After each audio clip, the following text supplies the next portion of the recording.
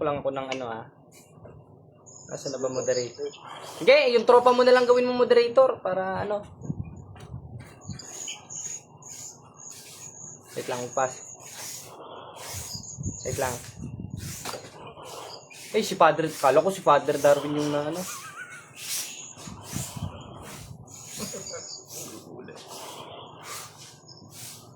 Ayan. Ilang minutes tayo, bro?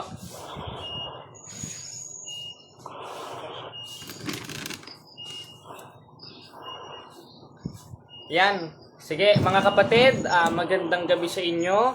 Tayo ngayon ay live at meron tayong kadebate. Ang pangalan niya ay... Anong pangalan mo, bro? Bro, marunong ka bang sumagot? Yes, bro. Sige. Sige, anong pangalan mo? Tinatanong ko yung pangalan mo. Pambihira ka naman, oh.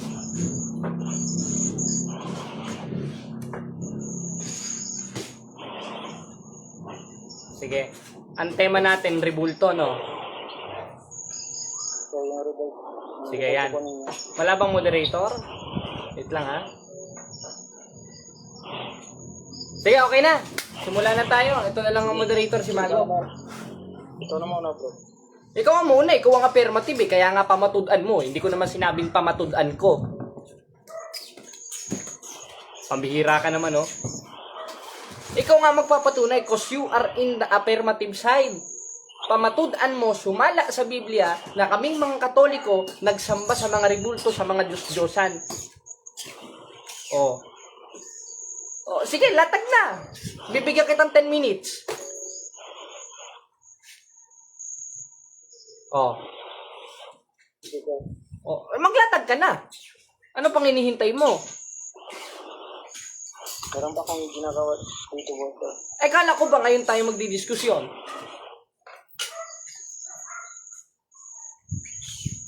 Hindi ko pa masyadong narinig yung boses ng boss. Parang ano eh. Ayan, ayan, lalapit ako. Ayan, okay na. Hindi ko na... Wait lang, boss. Sige. Alam ko yung argumento ni Soriano kasi nagsishare ka ng mga video ni Soriano eh. Alam mo, gagamitin mo 5:7:9 ng Deuteronomio, 22:8:9 ng Apokalipsis, 17:29 ng Gawa, 1:25 ng Roma. O tutulungan na kita sa mga argumento mo. O 26 hanggang 5 ng Exodo. Ano pa, yung sa Salmos, yung meron silang mga mata, di nakakakita, may tenga, hindi nakakarinig, may kamay, hindi nakakagalaw. Yan ang mga babasahin mo, unahan na kita, ha? O, lalaban ka ba ngayon, bro? Brad lang. Tama na ako, pero magtatanong lang ko ako. Hindi ko akong pigipag, ano. Eh, kala ko makikipagdebate ka kasi kumasa ka dun sa tema na patutunayan mo na kaming mga Katoliko sumasamba sa Diyos-Diyosan at sa mga rebulto in adoration. Ayon sa Biblia. Sumakamba naman talaga sa'yo. O sige, anong patunay mo na ang Katoliko sumasamba sa mga rebulto? Dahil doon ko sa mga pagluhod ninyo. Okay. Okay na. Therefore, tinatanggap mo na ang pagluhod ay pagsamba. Yes, po. Tinatanggap mo ba ito ng buong puso mo? Saglit lang, huwag ka sasapaw. Tinatanong kita. Hindi pa ako tapos magtanong. Tsaka ka sumagot pag tapos na ako magtanong. Ang tanong ko sa'yo, tinatanggap mo ba na ang pagluhod ay pagsamba? Yes or no? Categorical. Yes. Yes. Ngayong yes. Kilala mo ba si Propeta Josue? Alagad ba siya ng Diyos o hindi alagad ng Diyos? Lagi mo dyan, bro. Si Propeta Josue, yung nagsulat ng Josue, tanong ko sa'yo, propeta ba siya? Lingkod ba siya ng Diyos o hindi lingkod ng Diyos? Lingkod siya ng Diyos. Ngayong lingkod ng Diyos, sabi mo kanina, saglit lang, huwag ka sasapaw, nagtatanong ako. Tapos ka nang magtanong, ako naman ang magtatanong.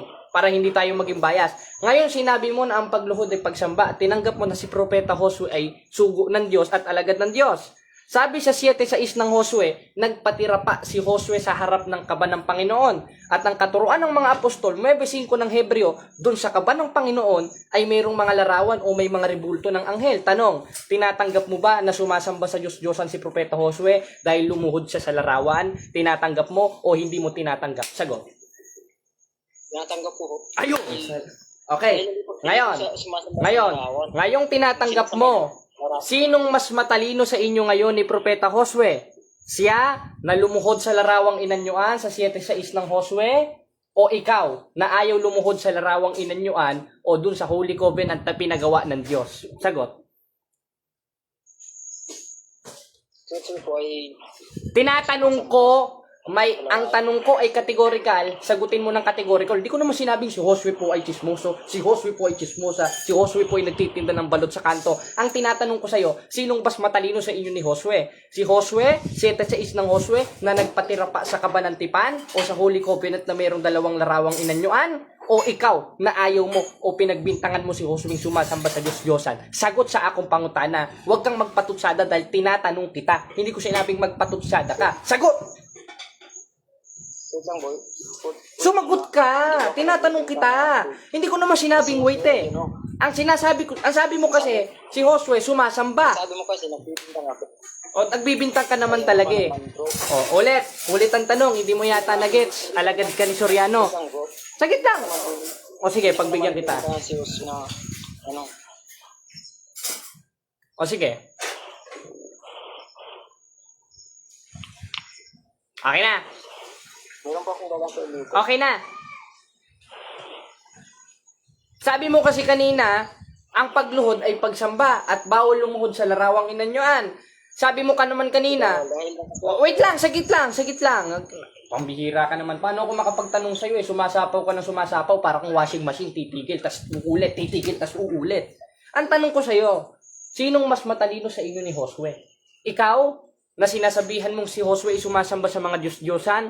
O si Josue, 7:6 ng Josue, lumuhod at nagpatira pa sa Kabanantipan? At yung Kabanantipan, ang katuruan ng mga apostol, 9:5 ng Hebreo, merong dalawang larawang inanyuan. Therefore, tinatanggap mo si Josue ay di na alagad ng Diyos dahil sumamba sa Diyos-Diyosan na inaakalan mo at ipinaparatang mo sa Kanya? Yes or no? Sagot, categorical. no po. Ano? Si Jose po, hindi po. Siya lumod si Ang tinatanong ko sa'yo, yes or no? Hindi ko sinabing si Josue po ay sumasalungat, si Josue po ay nagtitinda ng balot. Ang tinatanong ko, yes or no? Alam mo, kalaban ka ni Kristo eh. Dahil ang sabi ni Kristo, 5:37 ng Mateo, ang magiging sagot ninyo, oo, hindi. Samantalang ikaw, labag doon sa oo at hindi. E di kalaban mo na si Kristo, kalaban mo na si Josue. O sunod na tanong, tinatanggap mo ba na bawal gumawa ng larawang inanyuan? Yes or no? Ano po? O tingnan mo, nabingi ka na. Talagang hindi ka sa Diyos. Dahil yung sa Diyos, 8:47 ng 1, nakikinig ng salita ng Diyos. Samantalang ako, kanina pa sitas ng sitas, kanina pa kita tinatanong, hindi mo masagot ang akong pangutana.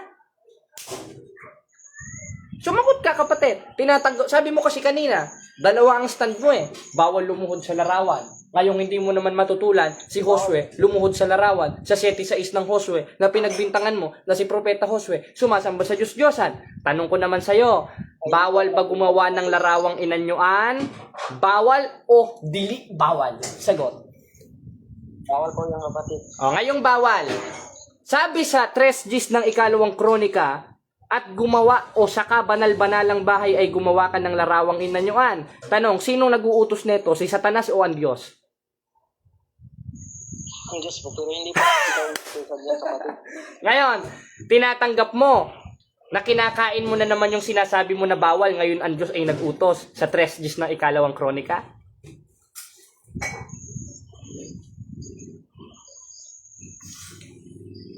Sagot, kapatid. Maraming naghihintay sa sa sagot mo.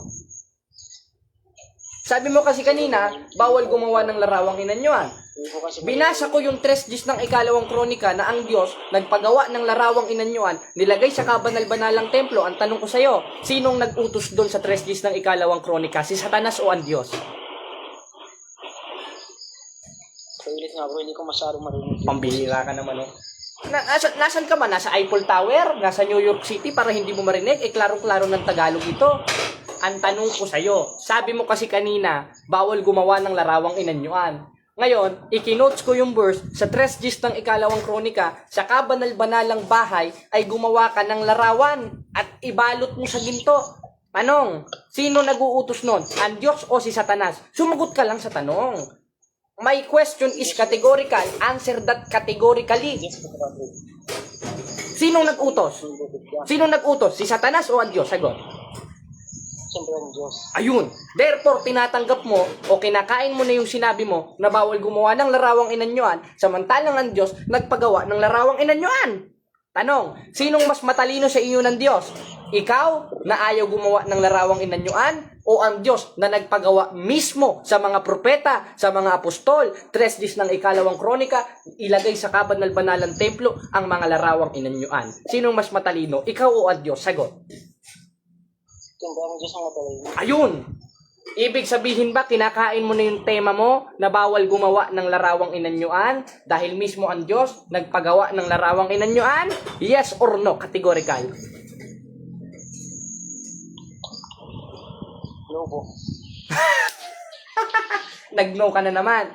Ngayon, tinatanggap mo ba? Na dumura ka pataas, tapos dumali rin sa'yo dahil sagot mo kanina yes, ngayon naman no. Ano ka ba talaga? So kasi lang bro, kasi ang nakasulat kasi dyan sa sa kalawang kronika 3, hindi naman ikaw yung nagpusan dyan kapatid. Okay. Ngayong hindi ako inutusan. Ngayong hindi ako inutusan, sino ang inutusan? Propeta ba? Sagit lang. Paano mo ko? Pahapiwin mo ko naman. Hindi ikaw yung ganun lang ng ganun. Ngayon, ang tanong ko sa'yo, kung hindi ako ang inutusan, ano ang inutusan? Propeta ba? O hindi propeta? Propeta. Ngayong propeta, tinatanggap mo ba ito ng puso mo? Yes or no? Ano po? O tingnan mo naman, tinatanggap mo ba ng buong puso mo ito? Dahil sabi mo, ang inutusan, hindi ako, hindi ang Catholic Church, kundi propeta. Sa 3 ng ikalawang kronika, tinatanggap mo o hindi mo tinatanggap?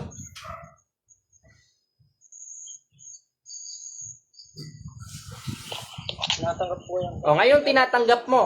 Sabi ni Kristo sa 5:17 ng Mateo, hindi ako naparito upang sirain ang kautusan, kundi upang ganapin ni ang mga propeta. Pag sinabi pang aking gaganapin ng kautusan ni ang mga propeta, kasama ba yung inutos ng Diyos sa 3 ng ikalawang kronika na gumawa ng larawang inanyuan sa templo? Kasama o dili kasama? Hindi po. Hindi po. Okay, hindi kasama. Ngayong hindi kasama, anong masasabi mo sa mga 1st century o sa mga early Christian churches na matanda pa kay Soriano na merong mga larawang inanyuan? Tanong, sinong mas matalino sa inyo ng mga early Christian churches? Ikaw o yung mga early Christian churches? Yung mga apostol po. Ngayong mga apostol, ang sabi ni Kristo sa 5:17 ng Mateo, nandito ko upang tuparin ni ang mga propeta. At isa dun sa mga propeta na tinupad ni Kristo, 3 ng ikalawang kronika, sa 6:29 ng unang hari, yung gumawa ng larawang inanyuan sa templo, tinatanggap mo ba na sinunod rin ng mga apostol at ni Kristo yon? Tinatanggap mo? Yes or no? 5:17 ng Mateo. Wala pong mababasa yun. Bagong tipan. Gumawa sila ng larawan. Okay, sabi mo walang mababasa sa bagong tipan. Ngayon, yung mga inutos ng Diyos sa lumang tipan sa mga propeta, sa 3 ng ikalawang kronika, sa 6:29 ng unang hari, at sinabi ni Kristo, 5:17 ng Mateo, na parito ako upang tuparin ang kautusan ni ang mga propeta. Kasama ba yung nasa 3 ng ikalawang kronika, sa 6:29 ng unang hari? Kasama o hindi kasama? Hindi po. Ngayong hindi kasama, yung 3 ng ikalawang kronika, utos ba ng Diyos yun o hindi utos ng Diyos? Utos yung biro. Ngayong utos ng Diyos, ang sabi ni Kristo 5:17 ng Mateo, nandito ako upang tuparin ni ang mga propeta. At isa dun sa inutos sa mga propeta, 3 ng ikalawang kronika, sa 6:29 ng unang hari, gumawa ng larawang inanyuan, maglagay, umukit sa templo. Tanong, sinunod ba ng mga apostol ito? Yes or no? No po. Dahil wala po tayong mababasa dyan. Ngayon, tinatanggap mo ba na walang mababasa sa bagong tipan na gumawa ng larawan? Yes or no? Wala po. O, ngayon, kung mabasa ko na mismong nasa hula sa Apokalipsis na yung mga banal ay gagawing rebulto o mga palamuti o bato, tatanggapin mo, talo ka na sa diskusyon na ito, mag-aral ka pa ng Sorianolism. Ano po? O, O tingnan mo, hindi ka talaga nakikinig, talagang hindi ka sa Diyos eh. Bakit? 8:47 ng 1, yung sa Diyos, nakikinig ng salita ng Diyos. Sitas ako ng sitas dito, hindi ka naman pala nakikinig. Yan pala tinuro sa ni Soriano. Bihira ka naman, oh. At tinatanong ko sa'yo, sabi mo kasi, wala sa bagong tipan. Babalikan kita dyan. Iipitin talaga kita dyan. Ngayong wala sa bagong tipan, yung 3:10 ng ikalawang kronika, sa 6:29 ng unang hari, 19:21 ng Isaias na sinasabi sa Hebrew is Mezabe. Inutos sa mga propeta ng Diyos, nanggaling sa Diyos ang kautusan. At sinabi ni Kristo nung naparito siya, 5:17 ng Mateo, sapagkat ako'y naparito upang hindi sirain ang kautusan, kundi tuparin ni ang mga propeta. Ngayon, propeta yung inutusan, ipinatuloy ba ni Kristo? Saglit lang, nagtatanong ako. Huwag kang magtatanong sa akin, you are under cross-examination. Ang karapatan mo, sumagot sa tanong. Huwag kang sasagot ng hindi ko tinatanong at mapapahiya ka. Tanong, 5:17 ng Mateo, ang sabi ni Kristo, naparito ako upang tuparin ang kautusan ni ang mga propeta. Tama ba itong talata na to o hindi tama? Tama po yan. Ayun, salamat. Therefore, tinatanggap mo na meron rin mga apostol, tinupad yung kautusan ng mga propeta na itinuro sa kanya ni Kristo dahil sinabi mo, tama pala ang 5:17 ng Mateo. Ayun, salamat. Therefore, tinatanggap mo, talo ka na sa diskusyon na ito dahil may nabasa tayo sa bagong tipan at ipinatuloy ng mga apostol dahil pinatuloy ni Kristo ang kautusan ni ang mga propeta, 5:17 ng Mateo. Tama ba ito o hindi tama? Tama yan. Salamat. Ngayon, last na tanong. Sabi mo kanina, wala sa bagong tipan na nag-utos ang Diyos na gumawa ng larawang inanyuan. Tinatanggap mo ba ito? Yes or no? Tinatanggap ko. Yes, tinatanggap mo. Ngayon, sino ang tama? Yung kaninang sagot mo na inaamin mo yung 5:17 ng Mateo, tama na ipinatuloy ni Kristo yung mga kautusan at isa doon yung maglagay ng larawang inanyuan sa templo, o yung sagot mo na naman ngayon na kinokontra mo na yung sarili mo. Tanong, sino mas matalino sa inyo? Yung sagot mo kanina o yung ikaw kanina o ikaw ngayon? Sinong mas matalino? Ano po? Hindi nakikinig. Oh, sinong mas matalino? Ikaw kanina o ikaw ngayon? Dahil kanina, tinutulan mo. Ay, tinanggap mo, 5:17 ng Mateo. Ngayon, tinutulan mo na naman. Sinong mas matalino? Yung ikaw kanina o yung ikaw ngayon? Ayaw ka ng salita ng ganyan, kapatid. Sumagot ka lang. You are under cross-examination. Saglit lang. Objection, moderator. Moderator, objection. Ito yung moderator natin. Moderator, nagtatanong ako sa kanya, tapos siya naman, tatanungin ako. Mamaya ka magtanong sa akin. Pambihira ka, pipitikin ko ilong mo. Moderator, umano ka muna. Kanina kasi moderator, tinanggap niya, tama daw ang 5:17 ng Mateo. Therefore, ipinatuloy ni Kristo yung paglalagay ng larawang inanyuan, 3:10 ng ikalawang kronika na inutos sa mga propeta sa 6:29 ng unang hari, 19:19 hanggang 21 ng Isaias na maglagay sa templo. Sinong inutusan? Yung mga propeta. Kanino galing yung kautusan? Sa Diyos. Anong sabi ni Kristo? 5:17 ng Mateo, hindi ako naparito upang sirain, kundi tuparin ni ang mga propeta. Ibig sabihin, tinatanggap niya sa bagong tipan, ipinatuloy ng mga apostol yon. Ngayon, tinanong ko siya, moderator, kung meron ba sa bagong tipan inutos ng Diyos na gumawa ng rebulto, wala. Ibig sabihin, kinokontra niya yung sarili niya. Tanong, sinong mas matalino sa inyo? Ikaw kanina o ikaw ngayon? Sagot sa ako pangutana igsoon. Tuban. Ano po, kapatid? Moderator. Objection, moderator. Ikaw naman magtanong. O sige, ikaw naman magtanong. Ako noon na. O ikaw naman magtanong. Sige, magtatanong. O sige. Ayon kanina bro, sinabi mo sa Talawang Kronika 3:10. At si Josue po nagpatira pa sa kaban ng Panginoon. Hindi naman 3:10 yun eh. Objection, moderator. I am under cross-examination. When I am under cross-examination, ang itatanong mo yung sinabi ko. Huwag ka magtatanong na hindi ko sinabi. Wala naman sa 3:10 ng ikalawang kronikang nagpatira pa. 7:6 ng Josue yun. Hoy, makinig ka. Next question. Repeatin mo ako. Ay, sige po. Oh, next question. Sabi dito po sa Josue 7:6, at hinabak ni Josue ang ganyang mga suot at nagpatira pa sa harap ng kaban ng Panginoon. Oh.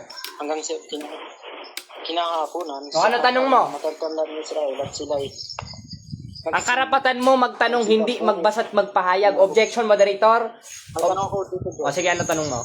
dito ba sa kaban ng Panginoon, ano po bang larawan ng pinagpatirapaan ni Jose dito? Abay, di sagutin natin gamit yung sagot ng mga apostol. 9:5 ng Hebreo, merong dalawang larawang inanyuan na mga anghel. Ngayon, sa bagong tipan, sagit lang, pasagutin mo ko. I am under cross-examination, wag kang sasapaw. Hayaan mo kung sumagot sa tanong mo, wag kang sapaw-sapaw. Bibigyan kita ng sapaw eh. Ngayon, sa bagong tipan, sa 3:12 ng Apokalipsis, yung magtatagumpay o mga banal, ay gagawin kong haligi sa aking templo. Ibig sabihin ng haligi, bato, estatwa. Sino? Yung mga nagtagumpay. Sino ba yung mga nagtagumpay? 8:33 ng Roma, yung mga banal. Therefore, sa bagong tipan, nagbago na. Hindi na kabanan, hindi na mga kerubin, hindi na larawan ng mga anghel, kundi ang sabi sa hula, 3:12 ng Apokalipsis, yung mga nagtagumpay o yung mga banal, gagawin kong bato o haligi sa aking templo. Kaya may makikita tayo, Saint Benedict, Saint Padre Pio, Saint San Antonio, Mama Mary, tapos yung crucifix. Gusto mo ipako kita? Next question. Ipitin mo naman ako. Hira ka naman.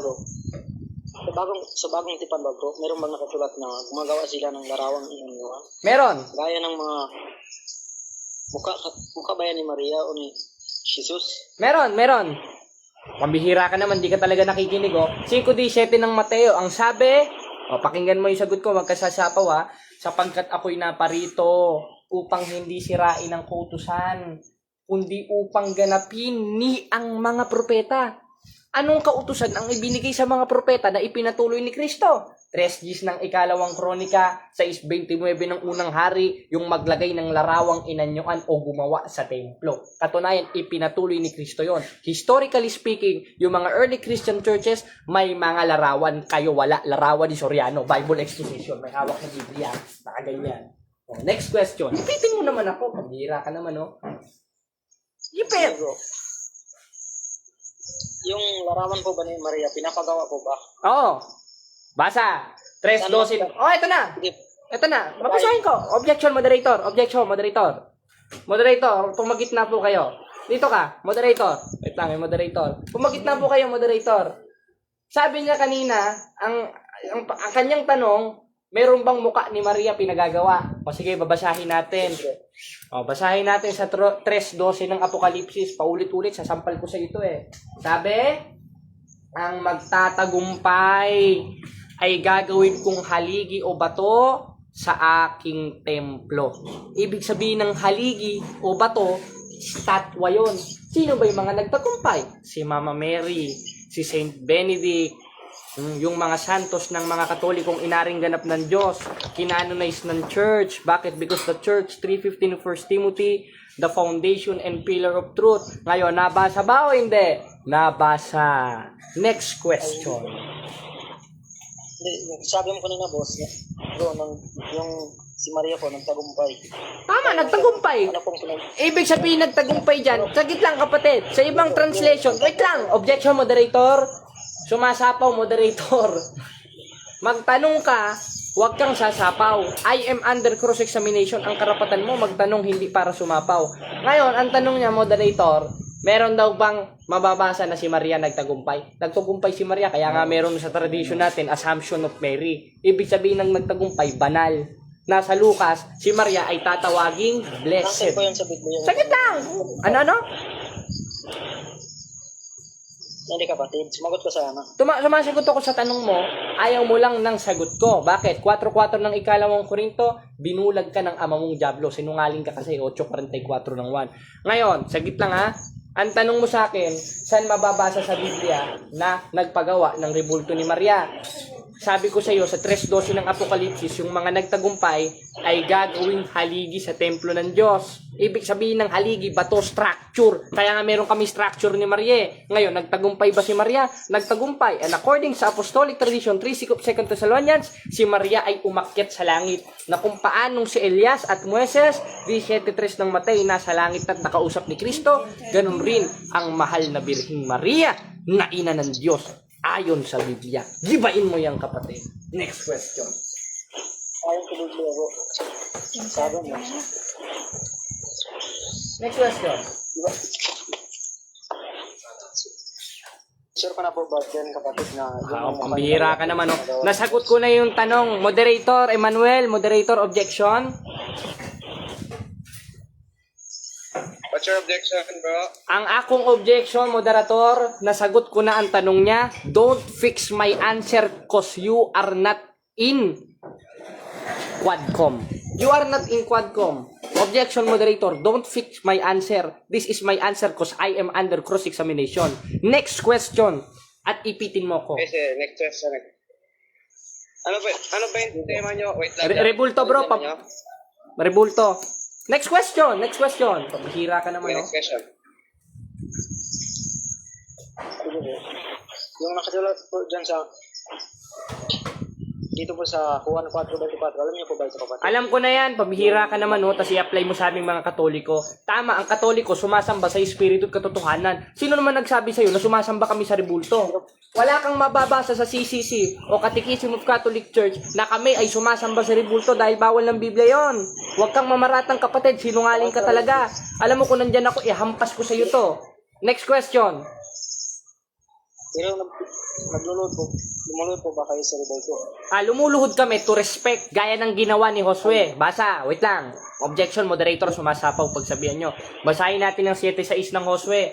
At hinapak ni Josue ang kanyang damit at nagpatira pa sa kaban ng Panginoon. Ibig sabihin ba nun si Josue sumasamba na sa kaban ng Panginoon? Hindi. Dahil yung kaban ng tipan ay banal na bagay. Na sa bagong tipan, 3:12 ng Apokalipsis, yung larawan ng mga nagtagumpay ay gagawing haligi o structure o bato sa kanyang templo. Kaya kami nagpapadara pa, hindi para sambahin, kundi para respetuhin. Gaya ng ginawa ni Josue, 7:6 ng Josue. Next question. Ipitin mo naman ako, sasampalin na kita ng tsinelas. Next question. Pero hindi po ni Jesus nalikan yung kaban ng tipan. Kaya ginagawa ng maraming Katoliko ngayon. Tradition yun, kapatid. 3:6 of 2 Thessalonians sa tinanggap ng mga apostol.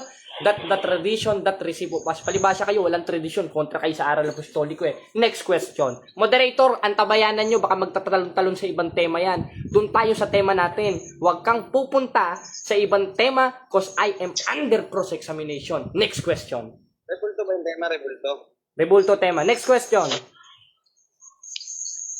Ngayon ba? Tinatanggap niyo po ba yung rebulto niyo? Hindi po yan makapagsalita.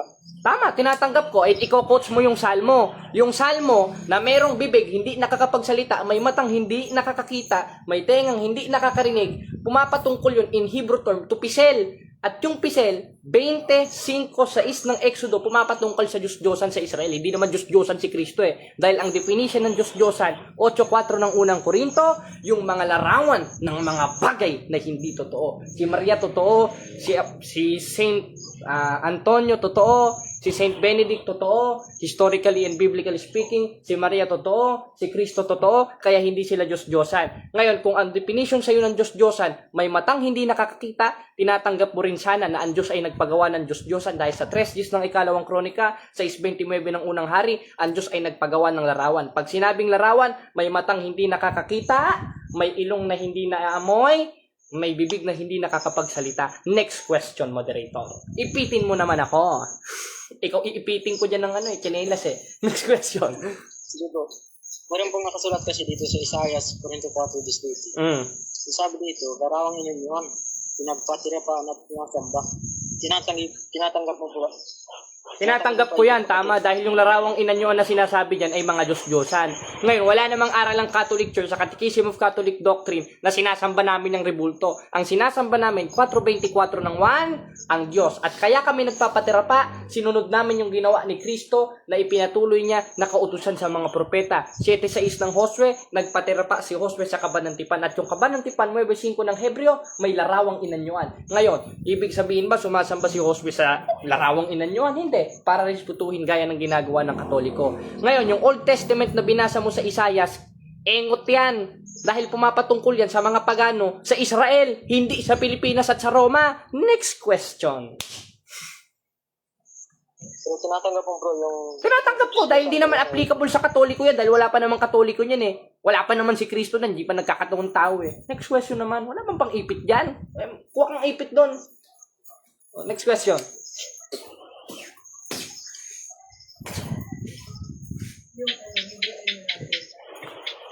Next question. Moderator, objection, Moderator Emmanuel, wala na bang itatanong? Objection. Ay bro, next question daw kasi hanggang ilang question ba tayo, ilang minutes ba? Tanungin niya ako hanggang mamaya alas 12. Bro, ano, pangalan ito? May tanong ka pa bro? Wala na. Wala na. Ngayon ako naman magtatanong. Gusto ko lang naman gusto ko lang naman Ako naman magtatanong, Moderator. Jared, wait lang bro, Jared. Sige, Moderator. Ano pangalan mo bro? si Lindo po. Ha? Lindo po. Ano simbahan mo? Ngayon po, ako po isang Baptist. Baptist Church. Moderator! Moderator! Kami naman ni Bro Jared, hindi ka naman namin inaaway dito. Gusto namin na malinawan ka. Base sa pagtuturo namin at sa pagre-research mo rin. Kasi gusto namin, maunawaan mo talaga kung ano yung totoong simbahan. So, Bro Jared, kung may tanong ka pa sa kanya, sabihin mo lang kay Bro Jared, sasagutin niya na maayos. Hindi Sige. naman siya galit. Ngayon, tatanong ko sa'yo yung paborito nyong mga protestante. Ito, Moderator, last na tanong ko ha. Ikino-coach kasi ng mga protestante yung Exodus 25 verse 6. Tama? Yung huwag kang gagawa ng larawang inanyuan. Tinatanggap mo ba itong ginagamit nyo ito? Yes or no? Akin ko lang kapatid. Tinatanggap mo. Ngayon, tinatanggap mo. Ano ang Hebrew interlineal ng 25 verse 6 of Exodus? Pisel o Mezabe? Galing po.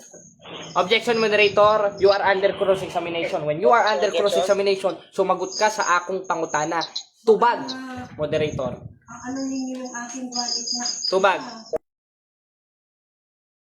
Hindi na like, Kasi ang tinatanong ko sa kanya, kung tinatanggap niya bang ginagamit nila yung 25, 6 ng Exodo na paborito ng mga protestante na huwag kang gagawa ng larawang inanyuan. Sabi niya, oo. Ngayong oo, ano sa Hebrew ang nakapaloob dyan sa konteksto na yan? Pisel ba o Mezabe? Sumagot ka sa ako pangutana, Iksuon. Huwag kang magpatutsada, hindi kasi Darwin Butlog. sumasagot bro. Ano tayo sagot mo bro?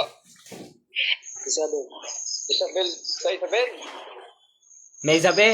Mezabe daw. Ngayon, ano ang ibig sabihin ng Mezabe? Diyos-Diyosan o hindi Diyos-Diyosan? Diyos-Diyosan ko yan kapatid.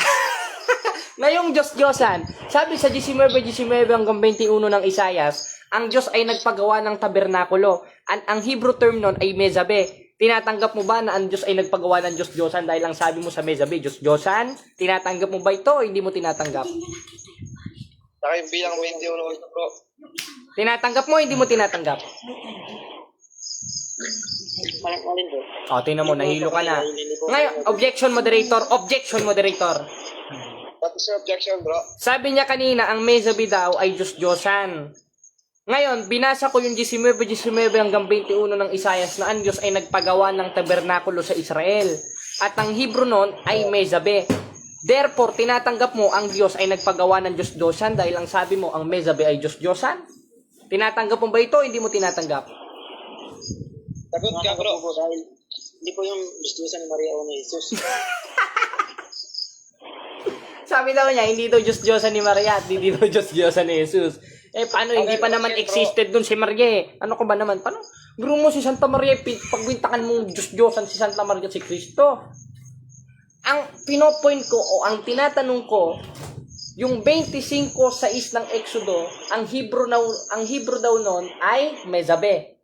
Ngayon, ikinotes kong Moderator ang 19:19 hanggang 21 ng Isayas na ang Diyos ay nagpagawa ng tabernakulo o altar at ang Hebrew noon ay Mezabe.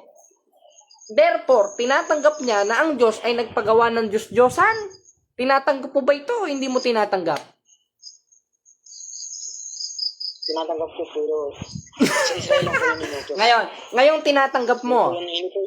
Objection, Moderator. Next question. Ngayon tinatanggap mo ba nakakontra ka na ng Diyos? Dahil para sa iyo ang Diyos ay nagpagawa ng Diyos-Diyosan. Dahil sa iyo ang terminong Mezabe ay para sa mga Diyos-Diyosan? Pero sa panahon Kristiyano ba? Hindi ko tinatanong yung panahong Kristiyano. Ang tinatanong ko, yung 19 hanggang 21 ng Isayas. Huwag kang pumunta doon. Pupunta tayo doon. You are under cross-examination. Makinig ka sa tanong ko. Huwag kang lulok sa New Testament. Dahil di pa naman yun yung tinatanong ko sa iyo eh. Ang tinatanong ko sa iyo, yung definition ng mezabe. Dahil ang sabi mo, yung mezabe ay Diyos-Diyosan. Ngayon, ang Diyos, 19 hanggang 21 ng Isayas, nagpagawa ng tabernakulo o altar. At ang Hebrew nun ay mezabe. At sabi mo kanina, Diyos-Diyosan yon. Therefore, tinatanggap mo ang Diyos, nagpagawa ng Diyos-Diyosan. Ayun lang ang sagutin mo. Huwag kang tatakbo sa New Testament dahil di pa yan ang topic natin. Next question. Alam mo ba o ano? Ano po? O, tingnan mo, hindi ka na nakikinig. Moderator, kayo na bahala. Makinig ka kasi bro. Pagkatapos nyo Jared, tayo naman yung mag-rebat. O, wala na, So, moderator. makinig ka sa focus. Wala na. Focus ka lang sa focus ka lang sa tema ni Jared at kung ano yung tanong niya, sagutin at kailangan sirain mo yun. So, sinagot niya, wag balik-balik kasi napapansin ko, Diyos-Diyosan, Diyos balik-balik. Kailangan may pang-rebat ka rin kasi magkaiba kasi ang icon sa idolo eh. Patunayan mo na yung rebulto namin, idolo, hindi siya icon. Yun lang yun. Sige, patuloy niyo. Hindi siya makatubag sa ako pangutana, moderator. Ang ako pangutana is very simple. That is a kamaturan sa Bisaya o katotohanan. Sa kanya kasinungalingan, kaya ito nakakasiguro ko anak ng Diablo tong tao nga ito eh. 8:44 ng 1. Sabi niya kanina, yung 25 verse 6 of Exodus is mezabe. Ngayong mezabe yon, ang definition nun, sa 19 hanggang 21 ng Isayas, nagpagawa ang Diyos nun. At yun ay tinatawag na Holy Altar o Holy Tabernacle of God. Ngayon, sabi mo kanina, Diyos-Diyosan ang terminong mezabe. Tinatanggap mo ba ang Diyos ay nagpagawa ng Diyos-Diyosan? O hindi mo? O tinatanggap mo? Ito na. Hindi ko inutos sa lahat. Hindi ko naman tinatanong kung hindi inutos sa lahat eh. Hindi mo nagigets yung punto ko yung moderator eh. Ang sabi mo kasi kanina, ang mezabe ay Diyos-Diyosan. Ngayon, ang Diyos nagpagawa sa 19 hanggang 21 ng Isayas ng altar. At ang Hebrew term nun ay mezabe. Ngayon, tinatanggap mo ba ang Diyos nagpagawa ng Diyos-Diyosan dahil para sa'yo yung mezabe ay Diyos-Diyosan? Tinatanggap mo, dili mo tinatanggap? Natanggap ko. Moderator, tigilan na natin to, umami na siya. Therefore, tinatanggap mo na ang Diyos ay Ano pa nga ito, bro, Dins? So, ikaw ay Baptist Church, di ba? Yes po kapatid. Sige, so, mama, okay na ba? Mag-kayo mo tayo ngayon, Church Founder, maaga pa naman. Bukas So, na lang lang po ko na tayo. Moderator, papaalam na ako, kakanta na lang tayo. Para ano. Ano, bro, Dins? Okay, salamat mga kapatid. At umamin siya na ang Diyos daw nagpagawa. Nagpagawa daw ng Diyos-Diyosan yung Diyos. Hindi mo naman heretic. Kasi ang ibig sabihin ng mezabe is a holy altar, no? Nabubulol ako, wala kasi ko sa kondisyon. O tabernakulo. O yung meron talagang mga larawan, gaya nito. Ngayon, ang sabi naman nito ni Rina, alagad di Soriano, nagpagawa pero hindi sinabing luhuran. Ba't si Josue lumuhod? Pambihila ka naman, Rio. 7-6 ng Josue. Ikaw talaga, Ria, pasaway ka, hampasin kita kaya ng cellphone sa ulo. Ayan. Kaya yon mga kapatid, yan lang po ang alam ng mga protestante. Babato-bato sila ng sitas, hindi nila naiintindihan pag tinanong mo yung konteksto, lalo na sa Hebrew. Ngayon, tinatanggap niya kasi, nang nasa Exodo 25 hanggang 6 ay mezabe. Mali, ang nakalagay doon pisel, Diyos-Diyosan, o yung mga Diyos-Diyosan sa Israel. At ang definition ng Diyos-Diyosan, 8:4 ng unang Korinto, mga larawan ng mga bagay na hindi totoo. Si Kristo totoo, si Maria totoo. Ibig sabihin, hindi sila Diyos-Diyosan. Ibig sabihin, yung konteksto ng 25 hanggang 6 ng Exodo, pisel ang tinutukoy doon, Diyos-Diyosan, idol. Yung nasa 19 hanggang 21 ng Isayas is mezabe. At ang ibig sabihin ng mezabe ay yung holy altar, yung tabernakulo ng Diyos. Pero yung pisel, yun ay Diyos-Diyosan. Nalito siya bro eh. Dahil kung sinabi niya, Yung nasa 26 hanggang 5 ng Exodo ay may sabi, tinatanggap niya ang Diyos nagpagawa ng Diyos-Diyosan. Dahil para sa kanya, ang may sabi, Diyos-Diyosan. O tinan mo, nahuli sa sariling bibig. Kinukontra niya yung Kinukontra niya yung sarili niya eh.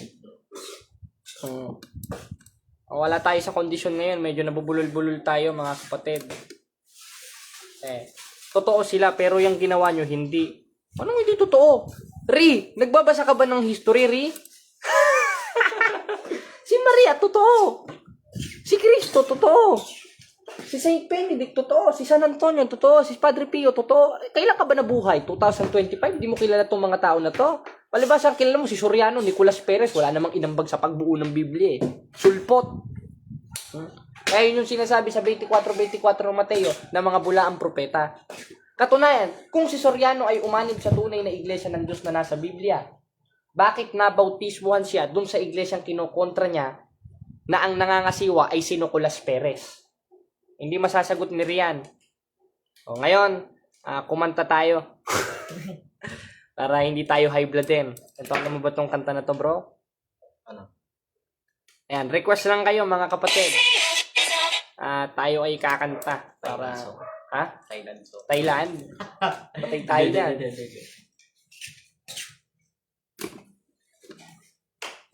Okay, yan. Ito, alam mo, kay tagal din nating di nagkita. Ako'y nasasabik na sa'yo. Hindi eh. Okay. Ito. Kinanta mo na to, no?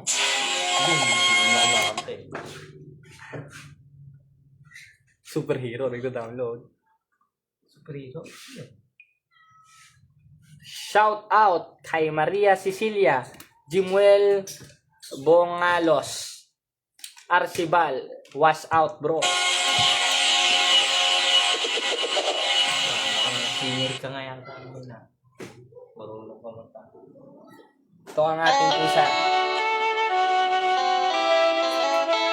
Hindi lang, ulit tayo.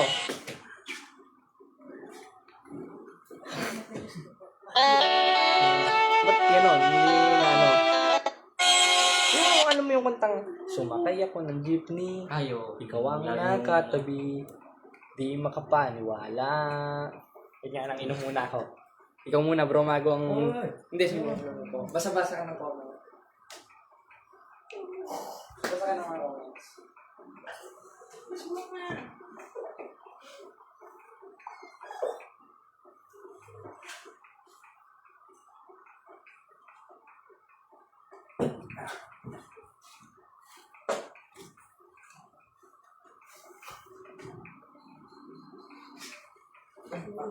Saan ka tutulog? Sa labas? Hindi ko nga alam kung saan ako matutulog eh. Uy, nasan yung ano bro? Yung... Watching from Libya. Gusto mo kasi. Ha? Ano? Yung ano, ang kakantahin natin. Ano yung tinuro mo? Hindi. Gusto man lang. Uy! Tingnan natin kung makakanta natin to. Hindi kung ano magandang kantahin.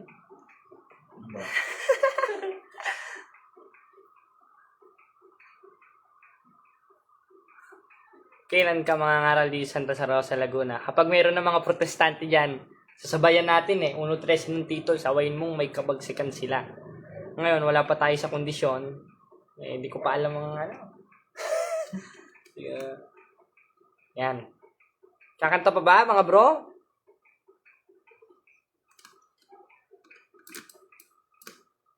Eto, Ri. May papakita ako sa'yo, Ri.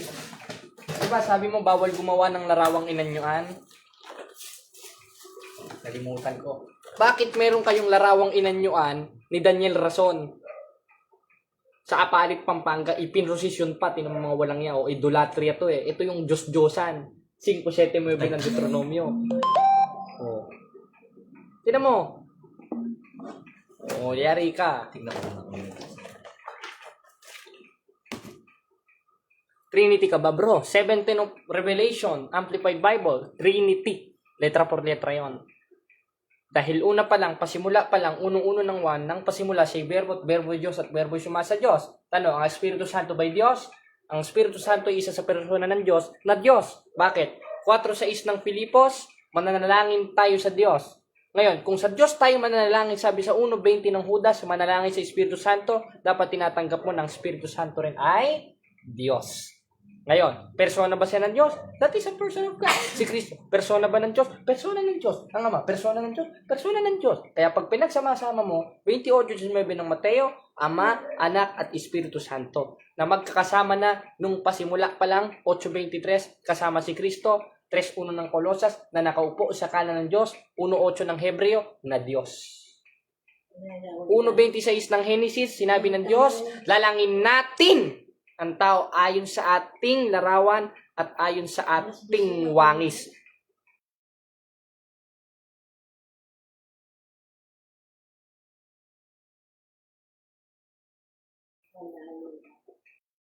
Iyon ang ibig sabihin nun. Hanggang dito na lang tayo, no? Sige mga bro. At wala tayo sa wisyo ngayon.